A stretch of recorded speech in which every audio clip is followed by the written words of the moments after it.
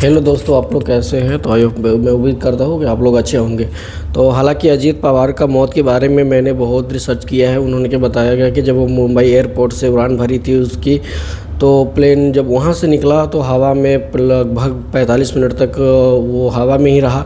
उसके बाद बीच बीच में कभी कभी जो एयर होस्टेस उनसे बातें होती रहती थी। इसके बीच में लेकर बहुत सारी बातें हुई, जो कभी प्लेन रुक जा रहा था, कभी खड़ा हो जा रहा था, मतलब कभी क्रॉस में आता था, इसके लेकर बात हो रही थी। कभी सही हो जा रहा था, मीटर जो उसका होता है शो कर रहा था, कभी अप कभी डाउन हो रहा था। फिर उसके बाद जब वो ऑटोमेटिक बारामती के पास पहुंचता है, एयरपोर्ट के पास पहुंचता है, जब उससे एयरपोर्ट के कुछ ही दूरी तय करने वाला लगभग 2 ही 3 मिनट बाकी रह गया होगा नीचे प्लेन को क्रैश होने से पहले और रनवे करने से पहले, जब उनको 2 ही 3 मिनट बाकी था, उसके बाद वो ऐसे हादसा हो जाती है, एक बैक ब्लास्ट कर जाता है। ब्लास्ट के दौरान अजीत पवार का जब वो ऐसा होता है तो इसका मृत्यु का पहचान कैसे किया जाता है, सबकी पहचान कैसे किया जा रहा होता है। सबकी पहचान उसके हाथ की घड़ियों से होती है, क्योंकि वो उसके हाथ की घड़ी की जो कीमत होती है 10 से 12 लाख रुपए की होती है। और जब वो ऐसे घड़ी किसी के पास नहीं होता, क्योंकि उनकी पुरानी तस्वीर, उनके पुराने वीडियो के जरिए से उनकी पहचान कराई जाती है उस घड़ी की, और तब उनका सब का पता चलता है। जब पता चलता है उसके सब की, तो उसके सब को लाया जाता है और दाह संस्कार किया जाता है।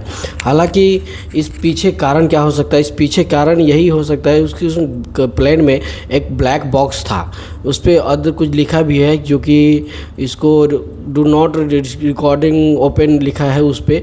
मैंने उस बॉक्स को भी देखा, उस बॉक्स को, हालांकि उस बॉक्स में जो भी अगर प्लेन के तहत कोई भी दुर्घटना होती है तो उस बॉक्स को ओपन किया जाता है।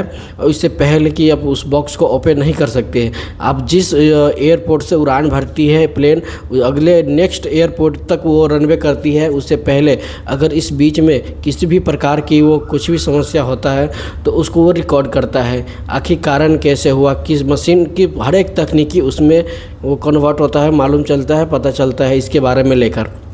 तो मैंने बहुत कुछ देखा और देखने के बाद बहुत सारे नोटिस भी किया इस बात पर, आखिर अजीत पवार मरे तो कैसे मरे। तो बहुत सारे इसके रीज़न हैं, ऐसा नहीं, मैंने पिछले वीडियो में भी बताया था कि अजीत पवार के मरने के कारण ये हो सकता है क्योंकि उन्होंने बीजेपी के साथ छोड़ने वाले थे, बीजेपी पार्टी को छोड़ेंगे, क्योंकि उनकी काली करतूतें उसको मालूम था, जो भी घोटाले किए थे उसके बारे में उनको मालूम था। इसलिए उन्होंने, ममता बनर्जी का कहना था कि बीजेपी से कुछ दिन पे वो इस्तीफा लेने वाले थे।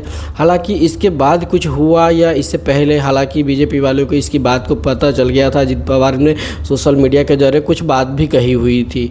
इसके लिए ऐसा हो सकता है कि हालांकि कोई साजिश के तहत उसका हत्या, मतलब प्लेन क्रैश कराया गया जिसमें ब्लास्ट हो गए उसका, या और क्या था इसका रीज़न, तो अभी तक सोशल मीडिया के जरिए मालूम नहीं चल रहा है। हालांकि सीआईडी इस पर बहुत चर्चा कर रही है। हालांकि एक इस पर सीआईडी ने भी एक इस पर वीडियो बनाई है, वीडियो के तहत कुछ अलग ही दिखाया जा रहा था। हालांकि उस पर अच्छा खासा इस वीडियो के मामलों को देखकर लग रहा है बहुत सारी जांचें कर रही है सीआईडी ने। सीबीआई की भी जांच हो रही है और सीआईडी दोनों भी लगे हुए हैं। वो अपनी रील बनाने में, एक रियल बनाने में लगा हुआ है, एक रील बनाने में लगा। बार का जो है बहुत सारे रिकॉर्ड ऐसा आया हुआ है जिस सोशल मीडिया के जरिए दिखा रहा है, एनडीटीवी हो या भी अदर रिपब्लिक भारत के जो भी हो, आज तक न्यूज़ की तरफ से बहुत सारे न्यूज़ को दिखाया जा रहा है। तो हालांकि हमने देखने के बाद बहुत सारी नोटिस किया और मैंने सोचा कि कुछ बात दूसरी पार्ट वीडियो बनाते हैं और देखते हैं कि हमारे इस पर रिएक्शन क्या आता है। फिर good bye, thank you so much. हमारे फेसबुक, यूट्यूब, इंस्टाग्राम आईडी देखने वाले, थैंक यू सो मच। मुझे लाइक कीजिए, फॉलो कीजिए और शेयर कीजिए, और मेरे आईडी को भी